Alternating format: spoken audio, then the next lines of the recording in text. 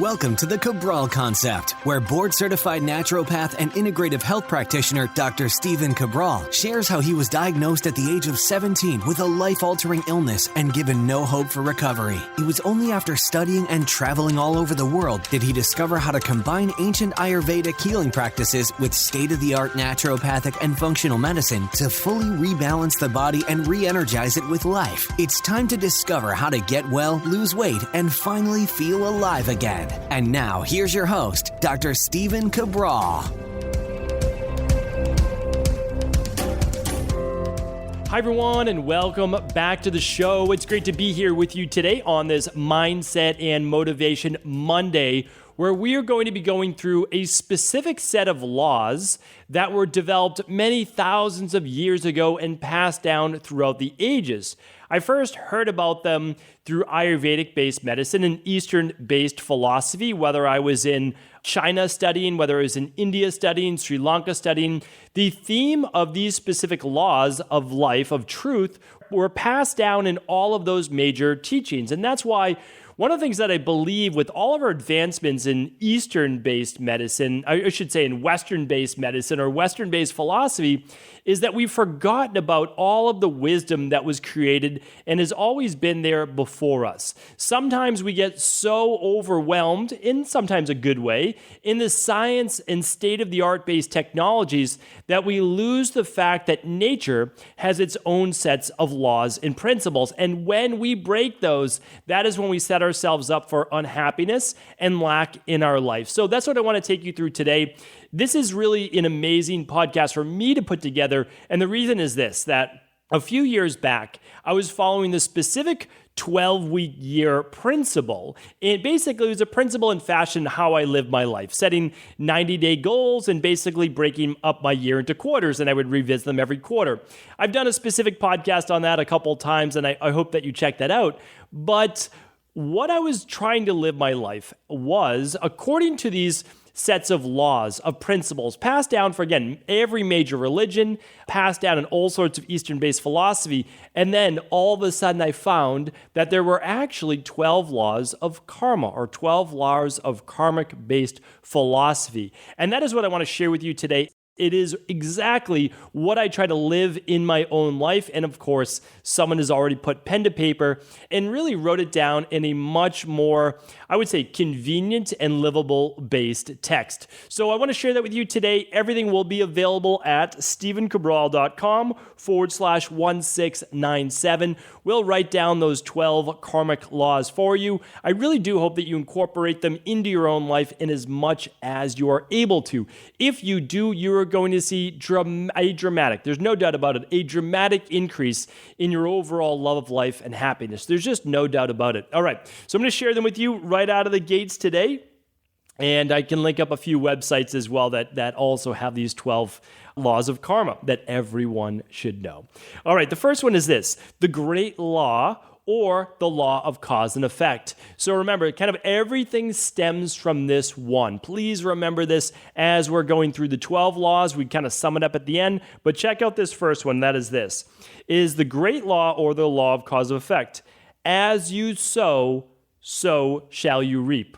And we've talked about this on our Mindset and Motivation Mondays, but you have to understand is that what you put out into the world is what you are going to get back magnified. That is really how it works. It really is. Now, the problem is when we plant those little seeds, it doesn't not necessarily grow and come back to us that next day, right? Or even the same day, the same hour. It is by accumulating, right? It's putting all those seeds out there. Some of them grow and some of them don't. But the more that you put out there, the more that you're going to find your own happiness, your own joy, your own peace coming back to you. And we'll get into it, so I don't want to go too deep in this one. I'm going to spend maybe just a minute or two on each.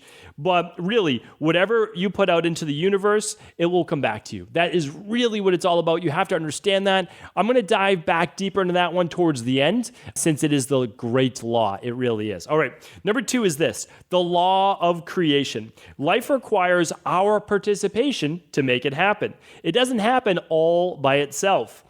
So essentially what we want to understand is this: the universe gives us clues as to kind of what we're looking for, what we want to do. We put our goals out into the world. But at the end of the day, we must actually be an active participant. So surround yourself with what you want in life and just essentially be yourself, be more of yourself. But you do have to put those words into action. I always go back to it, but the Amish prayer is this. It's that as you pray, move your feet. Be an active participant in life. Number 3, the third law is the law of humility.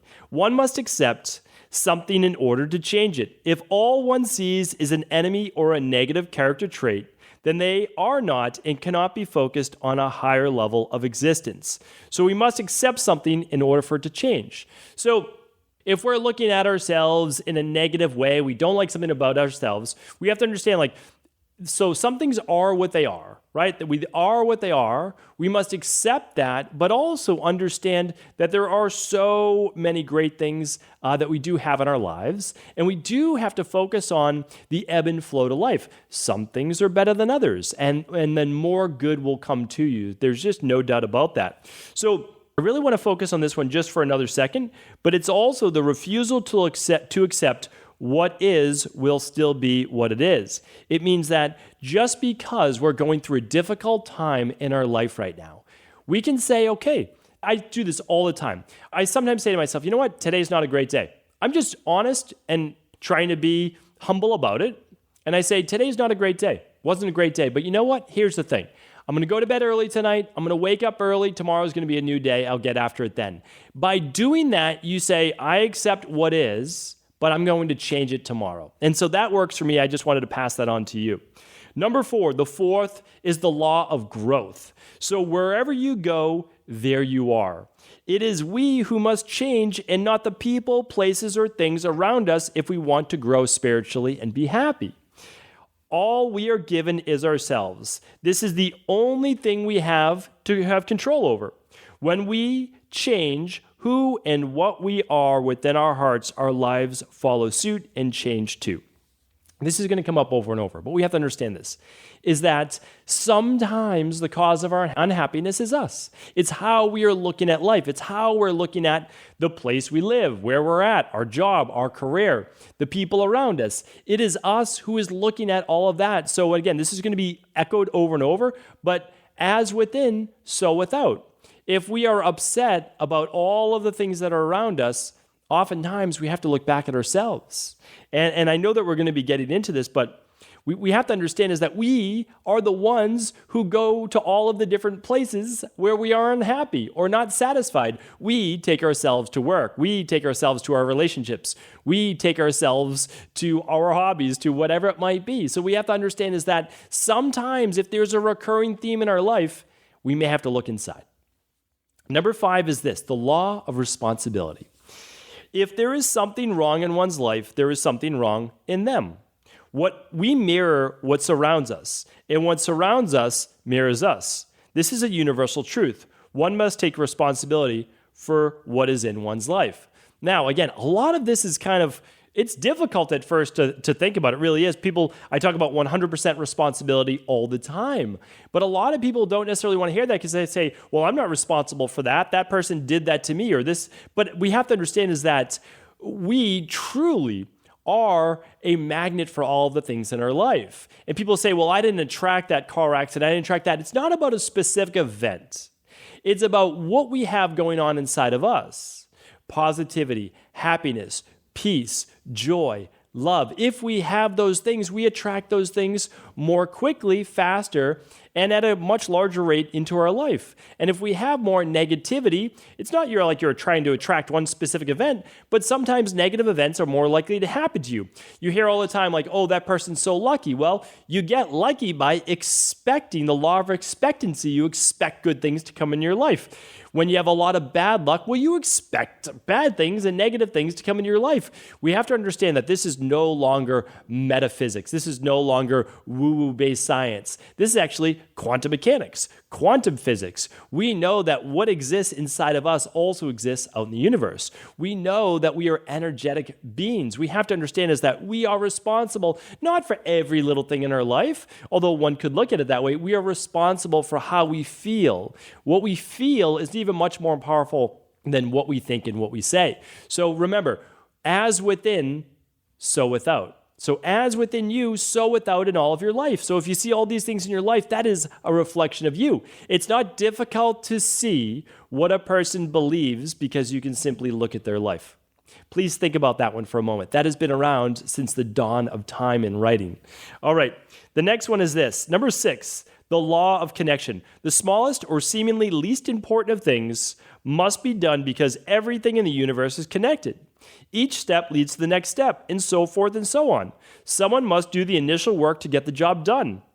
Neither the first step nor the last are of greater significance. They are both needed to accomplish the task.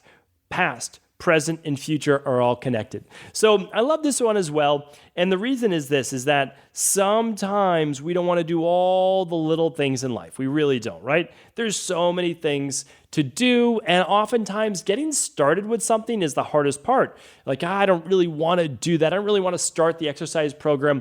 I don't really want to go out there and meet people, go online and connect with people, whatever it might be. But honestly, it's those little steps that not only add up in the long run. I know that you've heard that before, but the truth is it's all those little steps that propel you to the next step. It's much more difficult to start with the biggest step first. Start with the smaller ones. Start with walking up to 10,000 steps a day before you get on an exercise bike or go for a jog or do some body weight training or a high intensity interval training workout, right? Start with the steps. Do the steps. If you can do the steps, you can do the next thing. So remember, one step at a time. And if you do that, you're also going to build up wins, right? You start to build up confidence. Like, hey, I did it. Okay, I did this. If I'm looking at my watch, my phone, my ring, any of those trackers, you'll be able to see yourself start to get those steps every single day. And again, that goes for anything and any part of your life. All right, number 7, love this as well. One cannot focus on two things at the same time.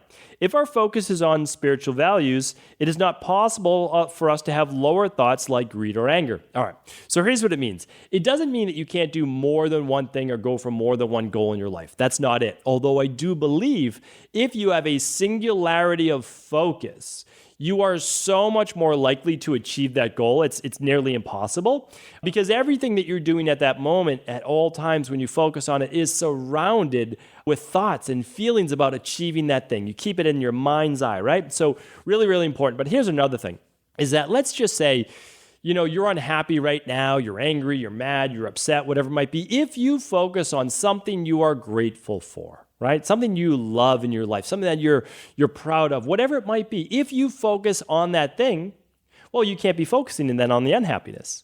You can't be focusing on the lack of what you have if you're currently grateful and thinking about what you're grateful for. Remember, you can only think of one thing at once. So the one thing that you focus on can bring you back to the present moment. And we'll be getting to there, which is in 2 from now. Number 8 is this, the law of giving and hospitality. If one believes something to be true, then sometime in their life, they will be called upon to demonstrate that truth. Here is where one puts what they claim to have learned into practice. So this is big, right? So if you believe something and you want that something, and let's say you're trying to provide it as a service, you will be called upon in order to demonstrate that, right? And that's a good thing. It means, are you prepared? And if the answer is no, that's okay, because you're going to continue then to practice every day for game day. Game day is when you are called upon. So again, a lot of us, we say that we have a calling as health coaches, health practitioners, doctors, etc. So we practice that before we get to do it. And one day we're called upon. And it's our job then to do our best, not to be perfect, but to do our best. I love that as well. All right, number 9. The law of here and now. One cannot be in the here and now if they are looking backward to examine what was or forward to what might happen in the future. We talk about this all the time.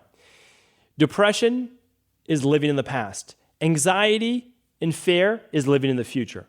We have to understand that all of these mental health-based imbalances do exist. And it's not as easy as saying, well, don't think about the past and don't worry about the future. I know that it's not that easy. But we have to understand that there's also many levels to this, depending on where you fall. I have bad days as well.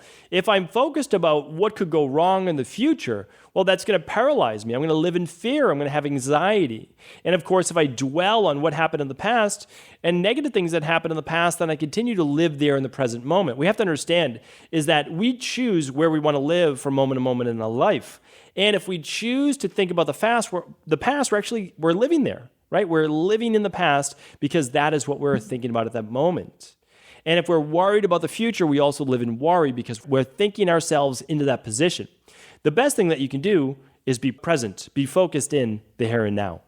Number 10 is the law of change.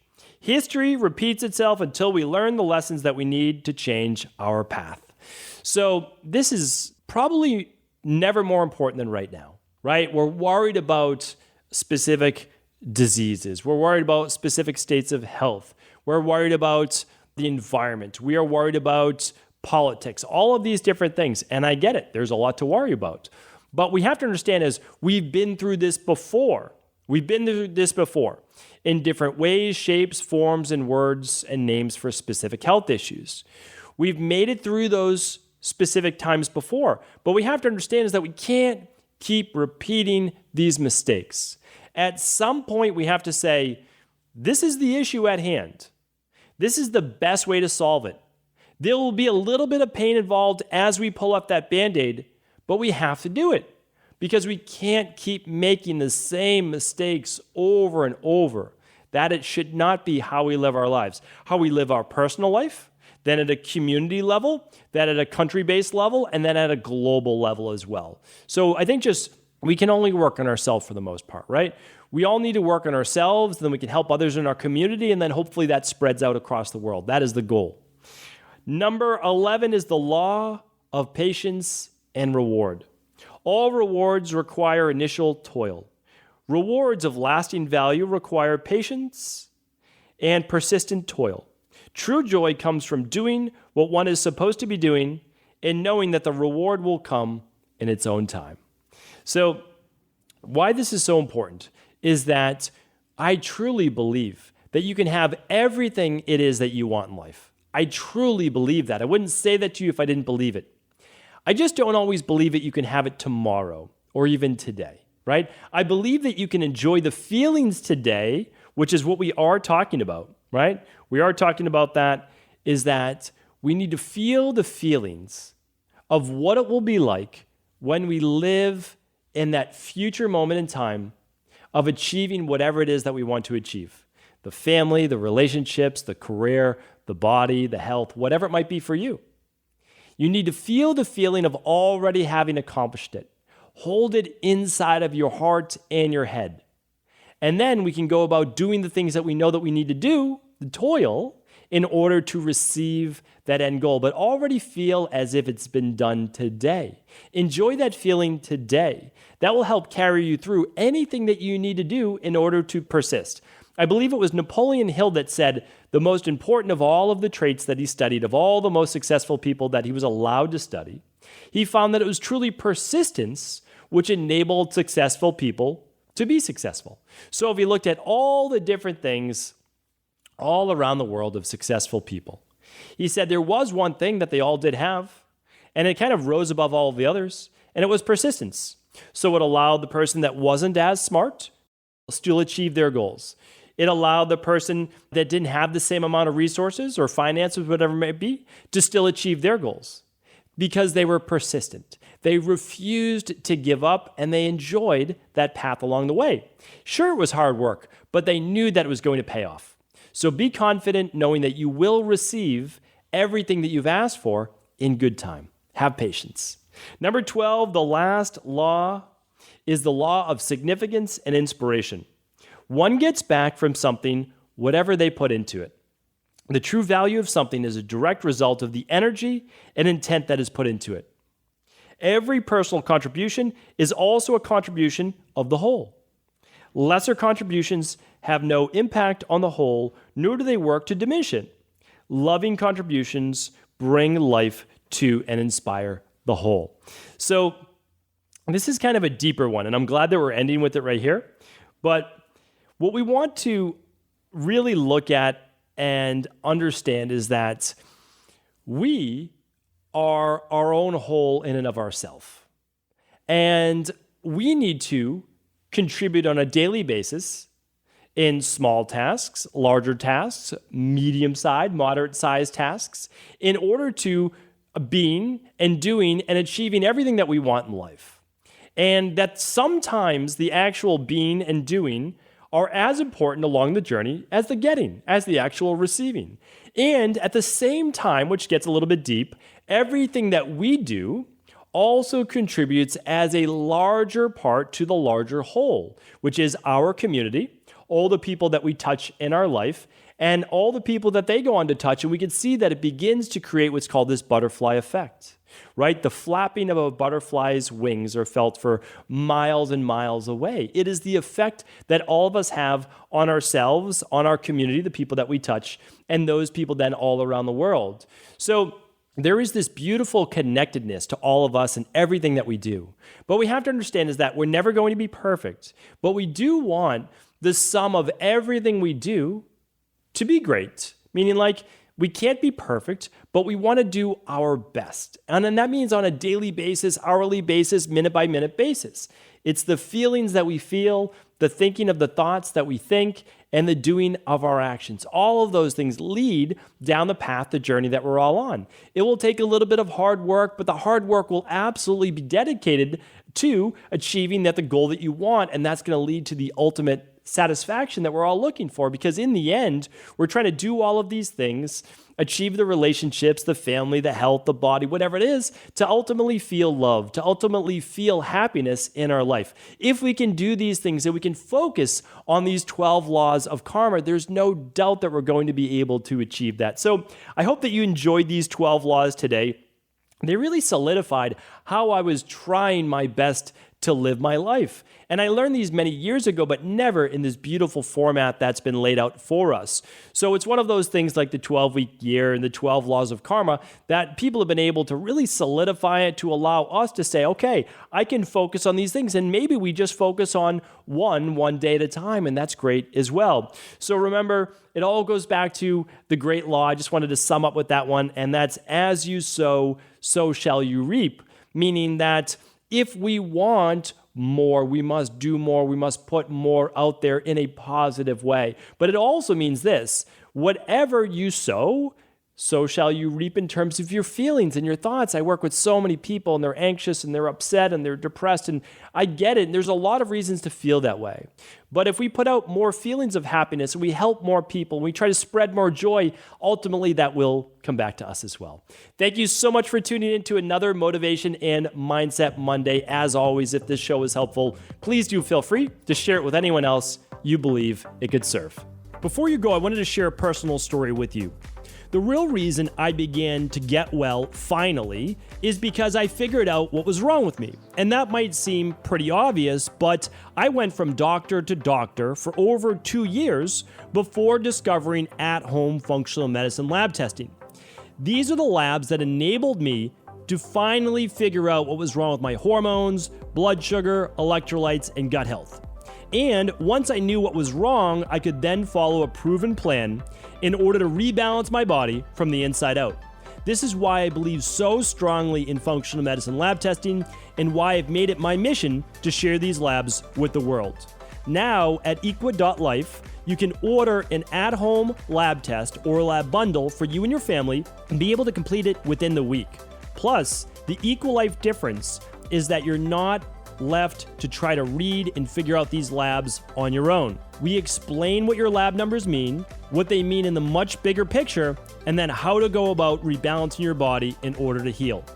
To see our full selection of lab tests, or to set up a free lab selection call to find out what labs may be best for you, simply head on over to equa.life/labs. And do remember, we ship these all over the world. To find out more and to set up your free lab selection call, simply head on over to equa.life/labs. That's EQUI.LIFE/labs.